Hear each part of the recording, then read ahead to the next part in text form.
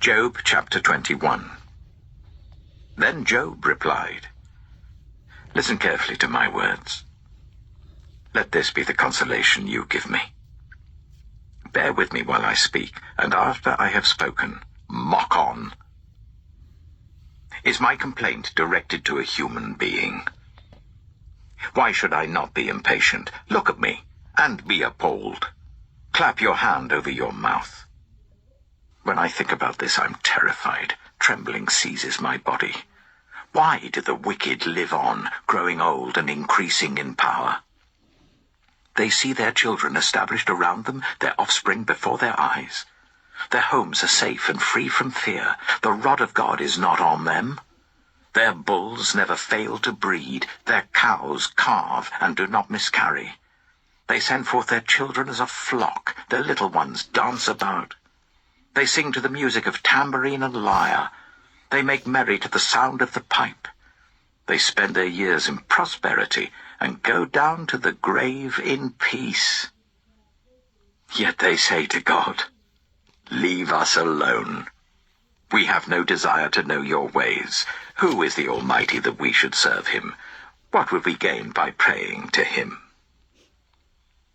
But their prosperity is not in their own hands. So I stand aloof from the plans of the wicked. Yet how often is the lamp of the wicked snuffed out? How often does calamity come upon them, the fate God allots in his anger? How often are they like straw before the wind, like chaff swept away by a gale? It is said, 'God stores up the punishment of the wicked for their children.' Let him repay the wicked, so that they themselves will experience it. Let their own eyes see their destruction. Let them drink the cup of the wrath of the Almighty. For what do they care about the families they leave behind when their allotted months come to an end? Can anyone teach knowledge to God, since he judges even the highest? One person dies in full vigor, completely secure and at ease, well-nourished in body, bones rich with marrow. Another dies in bitterness of soul, never having enjoyed anything good. Side by side, they lie in the dust, and worms cover them both. I know full well what you're thinking, the schemes by which you would wrong me. You say, 'Where now is the house of the great, the tents where the wicked lived?' Have you never questioned those who travel? Have you paid no regard to their accounts? That the wicked are spared from the day of calamity, that they are delivered from the day of wrath? Who denounces their conduct to their face? Who repays them for what they have done? They are carried to the grave, and watch is kept over their tombs. The soil in the valley is sweet to them. Everyone follows after them, and a countless throng goes before them. So how can you console me with your nonsense? Nothing is left of your answers but falsehood." Job chapter 22. Then Eliphaz the Temanite replied, "Can a man be of benefit to God? Can even a wise person benefit him? What pleasure would it give the Almighty if you were righteous? What would he gain if your ways were blameless? Is it for your piety that he rebukes you and brings charges against you? Is not your wickedness great? Are not your sins endless? You demanded security from your relatives for no reason. You stripped people of their clothing, leaving them naked. You gave no water to the weary, and you withheld food from the hungry, though you were a powerful man owning land, an honored man living on it. And you sent widows away empty-handed and broke the strength of the fatherless. That is why snares are all around you, why sudden peril terrifies you, why it is so dark that you cannot see, and why a flood of water covers you. Is not God in the heights of heaven? And see how lofty are the highest stars. Yet you say, 'What does God know? Does he judge through such darkness?' Thick clouds veil him, so he does not see us as he goes about in the vaulted heavens. Will you keep to the old path that the wicked have trod? They were carried off before their time, their foundations washed away by a flood. They said to God, "Leave us alone. What can the Almighty do to us?" Yet it was he who filled their houses with good things. So I stand aloof from the plans of the wicked. The righteous see their ruin and rejoice. The innocent mock them, saying, "Surely our foes are destroyed, and fire devours their wealth." Submit to God, and be at peace with him. In this way prosperity will come to you. Accept instruction from his mouth, and lay up his words in your heart. If you return to the Almighty, you will be restored. If you remove wickedness far from your tent, and assign your nuggets to the dust, your gold of Ophir to the rocks in the ravines, then the Almighty will be your gold, the choicest silver for you. Surely then you will find delight in the Almighty, and will lift up your face to God. You will pray to him, and he will hear you, and you will fulfill your vows. What you decide on will be done, and light will shine on your ways. When people are brought low, and you say, "Lift them up," then he will save the downcast. He will deliver even one who is not innocent, who will be delivered through the cleanness of your hands. Job chapter 23. Then Job replied, "Even today my complaint is bitter. His hand is heavy in spite of my groaning. If only I knew where to find him. If only I could go to his dwelling. I would state my case before him and fill my mouth with arguments. I would find out what he would answer me and consider what he would say to me. Would he vigorously oppose me with great power? No. He would not press charges against me. There the upright can establish their innocence before him, and there I would be delivered forever from my judge. But if I go to the east, he is not there. If I go to the west, I do not find him. When he is at work in the north, I do not see him. When he turns to the south, I catch no glimpse of him. But he knows the way that I take. When he has tested me, I shall come forth as gold. My feet have closely followed his steps. I have kept to his way without turning aside. I have not departed from the commands of his lips. I have treasured the words of his mouth more than my daily bread. But he stands alone, and who can oppose him? He does whatever he pleases. He carries out his decree against me, and many such plans he still has in store. That is why I am terrified before him.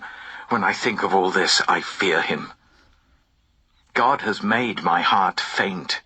The Almighty has terrified me. Yet I am not silenced by the darkness, by the thick darkness that covers my face. Job chapter 24. Why does the Almighty not set times for judgment? Why must those who know him look in vain for such days? There are those who move boundary stones. They pasture flocks they have stolen. They drive away the orphan's donkey and take the widow's ox in pledge. They thrust the needy from the path and force all the poor of the land into hiding. Like wild donkeys in the desert, the poor go about their labor of foraging food. The wasteland provides food for their children. They gather fodder in the fields and glean in the vineyards of the wicked. Lacking clothes, they spend the night naked. They have nothing to cover themselves in the cold. They are drenched by mountain rains and hug the rocks for lack of shelter. The fatherless child is snatched from the breast. The infant of the poor is seized for a debt. Lacking clothes, they go about naked. They carry the sheaves, but still go hungry. They crush olives among the terraces. They tread the wine presses, yet suffer thirst. The groans of the dying rise from the city, and the souls of the wounded cry out for help. But God charges no one with wrongdoing. There are those who rebel against the light, who do not know its ways or stay in its paths.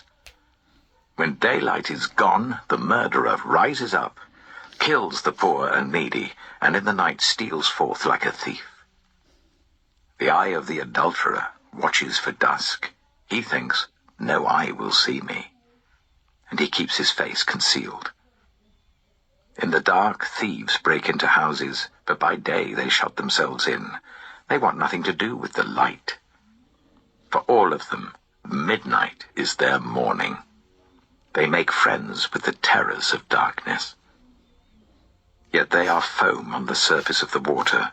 Their portion of the land is cursed, so that no one goes to the vineyards. As heat and drought snatch away the melted snow, so the grave snatches away those who have sinned. The womb forgets them, the worm feasts on them. The wicked are no longer remembered, but are broken like a tree. They prey on the barren and childless woman, and to the widow they show no kindness. But God drags away the mighty by his power. Though they become established, they have no assurance of life. He may let them rest in a feeling of security, but his eyes are on their ways. For a little while they are exalted, and then they are gone. They are brought low and gathered up like all others. They are cut off like ears of corn. If this is not so, who can prove me false and reduce my words to nothing? Job chapter 25. Then Bildad the Shuhite replied, Dominion and awe belong to God. He establishes order in the heights of heaven. Can his forces be numbered? On whom does his light not rise? How then can a mortal be righteous before God? How can one born of woman be pure? If even the moon is not bright, and the stars are not pure in his eyes, how much less a mortal, who is but a maggot, a human being, who is only a worm. Job chapter 26. Then Job replied, How you have helped the powerless! How you have saved the arm that is feeble! What advice you have offered to one without wisdom! And what great insight you have displayed! Who has helped you utter these words, and whose spirit spoke from your mouth? The dead are in deep anguish, those beneath the waters and all that live in them. The realm of the dead is naked before God. Destruction lies uncovered. He spreads out the northern skies over empty space. He suspends the earth over nothing. He wraps up the waters in his clouds, yet the clouds do not burst under their weight. He covers the face of the full moon, spreading his clouds over it. He marks out the horizon on the face of the waters for a boundary between light and darkness. The pillars of the heavens quake, aghast at his rebuke. By his power he churned up the sea. By his wisdom he cut Rahab to pieces. By his breath the skies became fair. His hand pierced the gliding serpent. And these are but the outer fringe of his works. How faint the whisper we hear of him! Who then can understand the thunder of his power? Job chapter 27. And Job continued his discourse.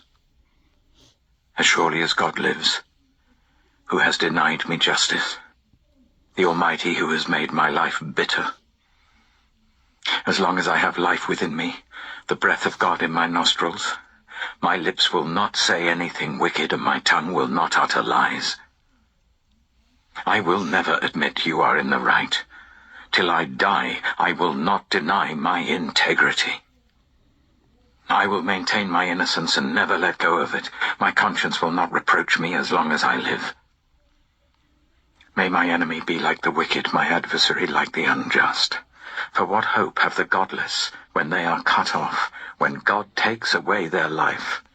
Does God listen to their cry when distress comes upon them?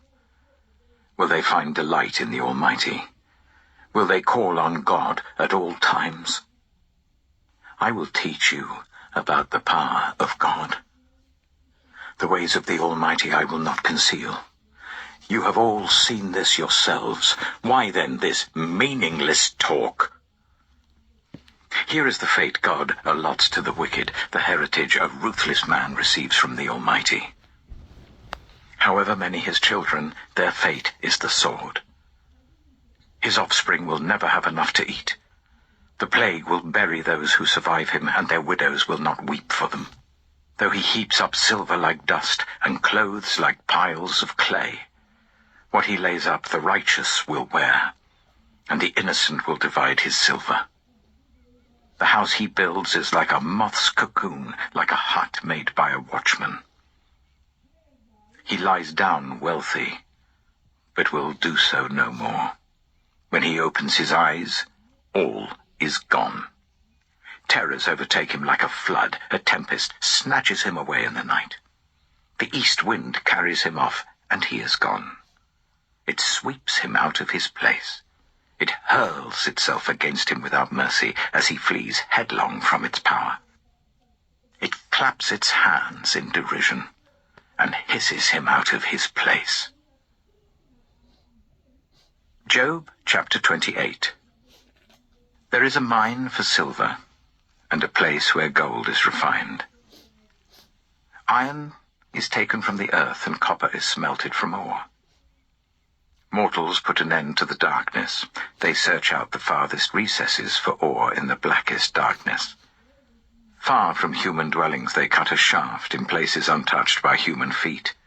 Far from other people they dangle and sway. The earth from which food comes is transformed below as by fire. Lapis lazuli comes from its rocks, and its dust contains nuggets of gold. No bird of prey knows that hidden path. No falcon's eye has seen it. Proud beasts do not set foot on it, and no lion prowls there. People assault the flinty rock with their hands and lay bare the roots of the mountains. They tunnel through the rock. Their eyes see all its treasures. They search the sources of the rivers and bring hidden things to light. But where can wisdom be found? Where does understanding dwell? No mortal comprehends its worth. It cannot be found in the land of the living. The deep says, "It is not in me." The sea says, "It is not with me." It cannot be bought with the finest gold, nor can its price be weighed out in silver. It cannot be bought with the gold of Ophir, with precious onyx or lapis lazuli. Neither gold nor crystal can compare with it, nor can it be had for jewels of gold. Coral and jasper are not worthy of mention. The price of wisdom is beyond rubies. The topaz of Cush cannot compare with it. It cannot be bought with pure gold. Where then does wisdom come from? Where does understanding dwell? It is hidden from the eyes of every living thing, concealed even from the birds in the sky. Destruction and death say, "Only a rumor of it has reached our ears." God understands the way to it, and he alone knows where it dwells. For he views the ends of the earth and sees everything under the heavens. When he established the force of the wind and measured out the waters, when he made a decree for the rain and a path for the thunderstorm, then he looked at wisdom and appraised it. He confirmed it and tested it. And he said to the human race, "The fear of the Lord, that is wisdom, and to shun evil is understanding." Job chapter 29. Job continued his discourse. How I long for the months gone by, for the days when God watched over me, when his lamp shone on my head, and by his light I walked through darkness. Oh, for the days when I was in my prime, when God's intimate friendship blessed my house, when the Almighty was still with me and my children were around me, when my path was drenched with cream, and the rock poured out for me streams of olive oil. When I went to the gate of the city and took my seat in the public square, the young men saw me and stepped aside, and the old men rose to their feet. The chief men refrained from speaking and covered their mouths with their hands. The voices of the nobles were hushed, and their tongues stuck to the roof of their mouths. Whoever heard me spoke well of me, and those who saw me commended me. because I rescued the poor who cried for help, and the fatherless who had none to assist them. The one who was dying blessed me. I made the widow's heart sing. I put on righteousness as my clothing, justice was my robe and my turban. I was eyes to the blind and feet to the lame. I was a father to the needy. I took up the case of the stranger. I broke the fangs of the wicked and snatched the victims from their teeth. I thought, I shall die in my own house, my days as numerous as the grains of sand.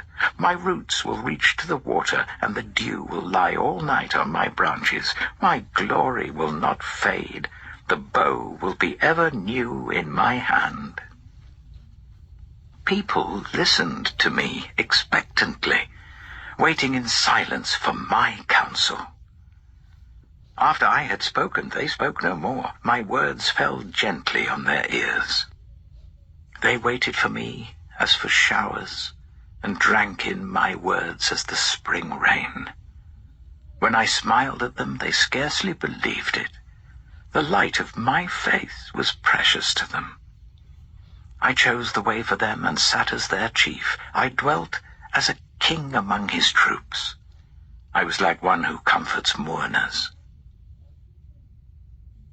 Job chapter 30. But now they mock me, men younger than I, whose fathers I would have disdained to put with my sheepdogs. Of what use was the strength of their hands to me, since their vigor had gone from them? Haggard from want and hunger, they roamed the parched land in desolate wastelands at night. In the brush they gathered salt herbs, and their food was the root of the broom bush. They were banished from human society, shouted at as if they were thieves. They were forced to live in the dry stream beds, among the rocks and in holes in the ground. They brayed among the bushes and huddled in the undergrowth. A base and nameless brood, they were driven out of the land. And now those young men mock me in song. I have become a byword among them. They detest me and keep their distance. They do not hesitate to spit in my face. Now that God has unstrung my bow and afflicted me, they throw off restraint in my presence. On my right, the tribe attacks. They lay snares for my feet. They build their siege ramps against me. They break up my road. They succeed in destroying me. No one can help him, they say. They advance as through a gaping breach. Amid the ruins they come rolling in. Terrors overwhelm me. My dignity is driven away as by the wind. My safety vanishes like a cloud. And now my life ebbs away. Days of suffering grip me. Night pierces my bones. My gnawing pains never rest.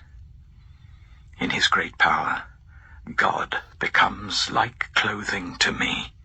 He binds me like the neck of my garment. He throws me into the mud, and I am reduced to dust and ashes. I cry out to you, God, but you do not answer. I stand up, but you merely look at me. You turn on me ruthlessly. With the might of your hand, you attack me. You snatch me up and drive me before the wind. You toss me about in the storm. I know you will bring me down to death, to the place appointed for all the living. Surely no one lays a hand on a broken man when he cries for help in his distress. Have I not wept for those in trouble? Has not my soul grieved for the poor?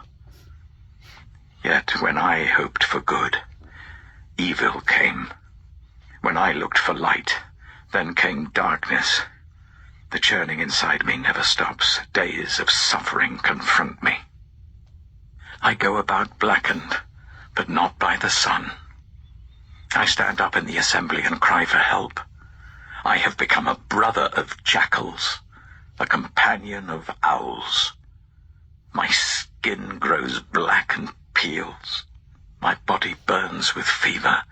My lyre is tuned to mourning, and my pipe to the sound of wailing.